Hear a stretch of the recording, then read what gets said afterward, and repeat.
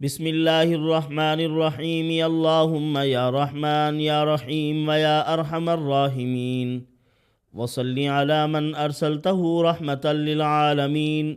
نہایت ہی واجب الاحترام بزرگان محترم، برادران عزیز، آج ہم آپ کے سامنے عشرہ اولا رمضان المبارک کے پہلے عشرے کے چند ایک معمولات آپ کی خدمت میں پیش کرتے ہیں۔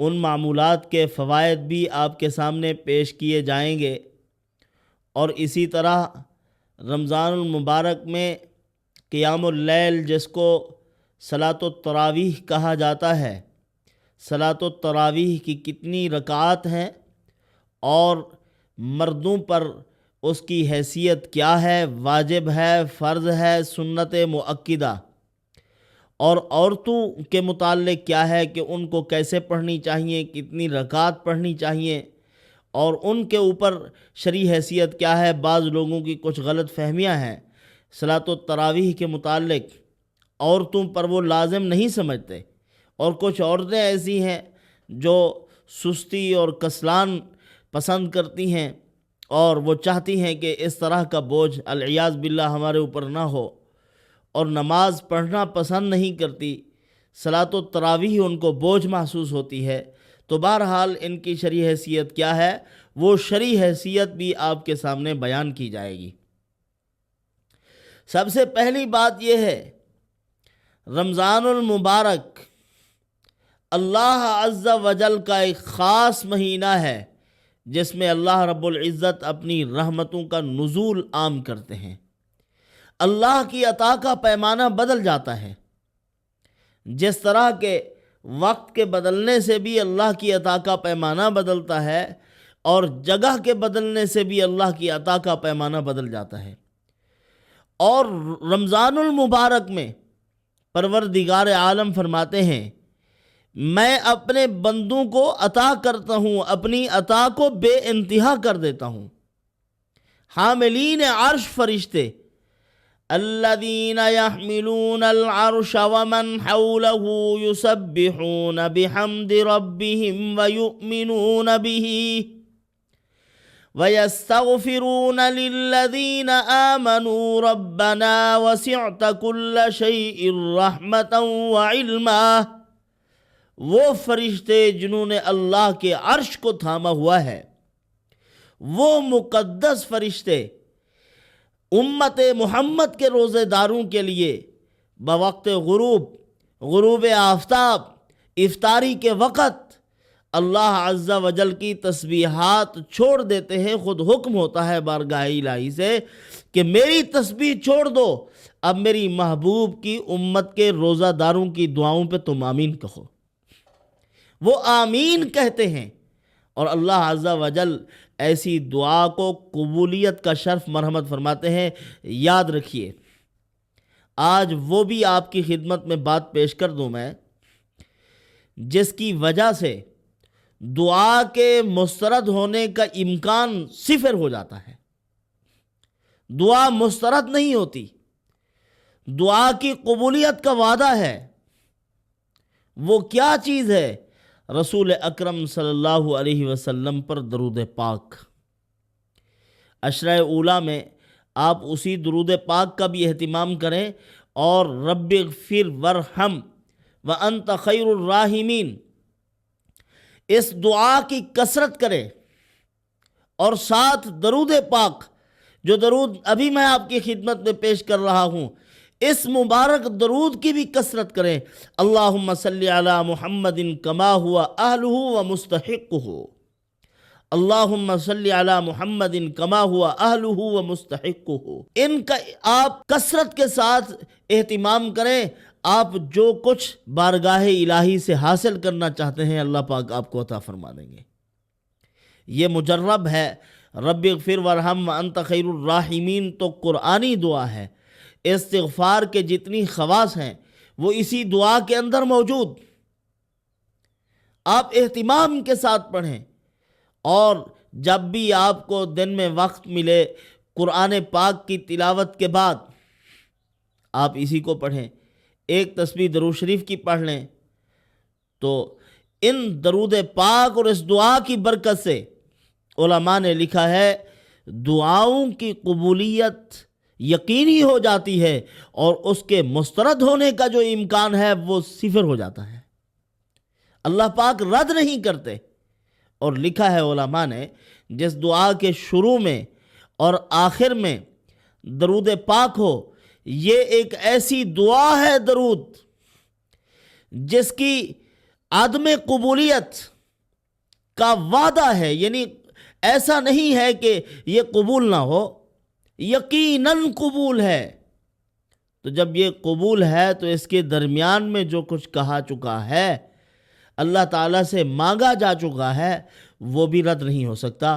اللہ عز و جل پہلے حصے کو بھی قبول کرتے ہیں، آخری حصے کو بھی قبول فرما لیتے ہیں، اور درمیان والا حصہ یقیناً مقبول ہے۔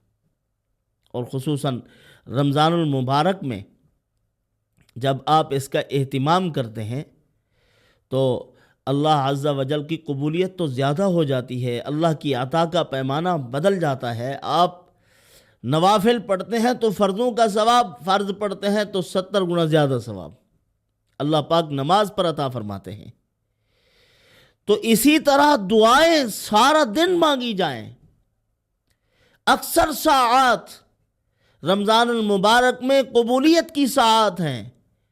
آسمانوں کے دروازے کھول دیے گئے، جنت کے دروازے کھول دیے گئے، قبولیت کے دروازے کھول دیے گئے۔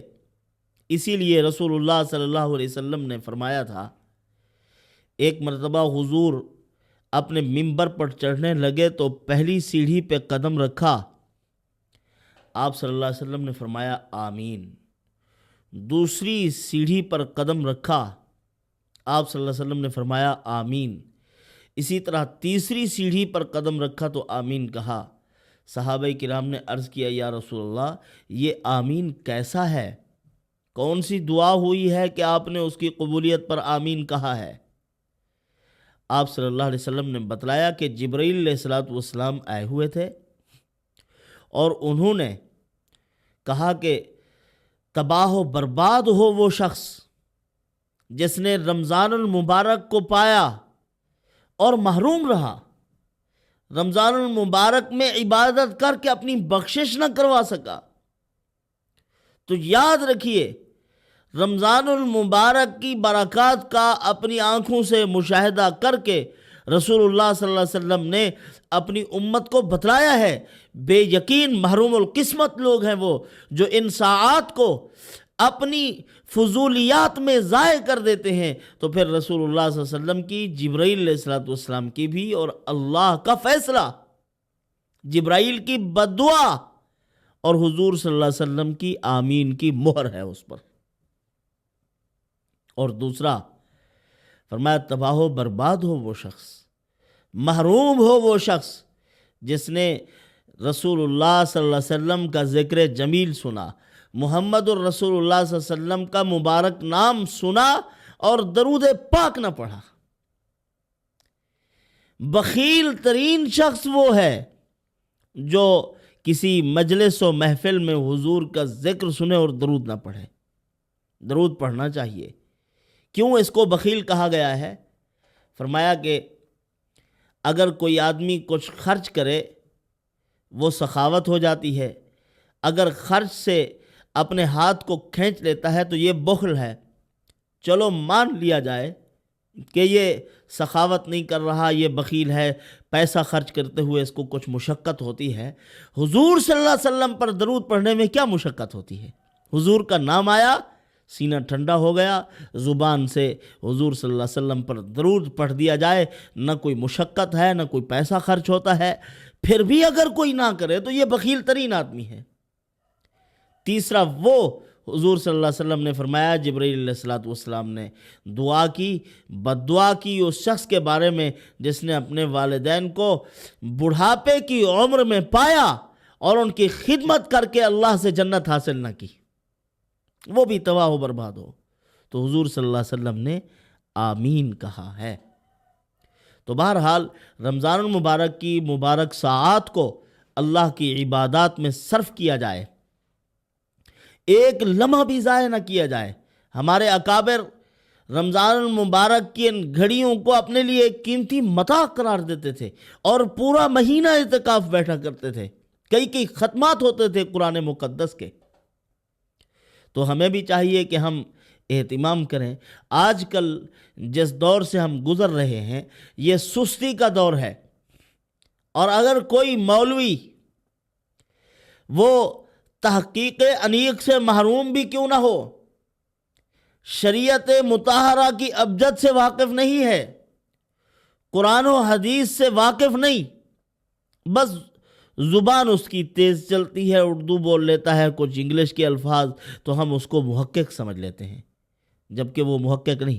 بعض لوگ ایسے ہیں جو یہ مشورہ دیتے ہیں نمازیں تھوڑی کرو، نماز 20 رکعت نہیں 8 رکعت ہے، یہ صلاۃ التراویح 8 رکعت ہے۔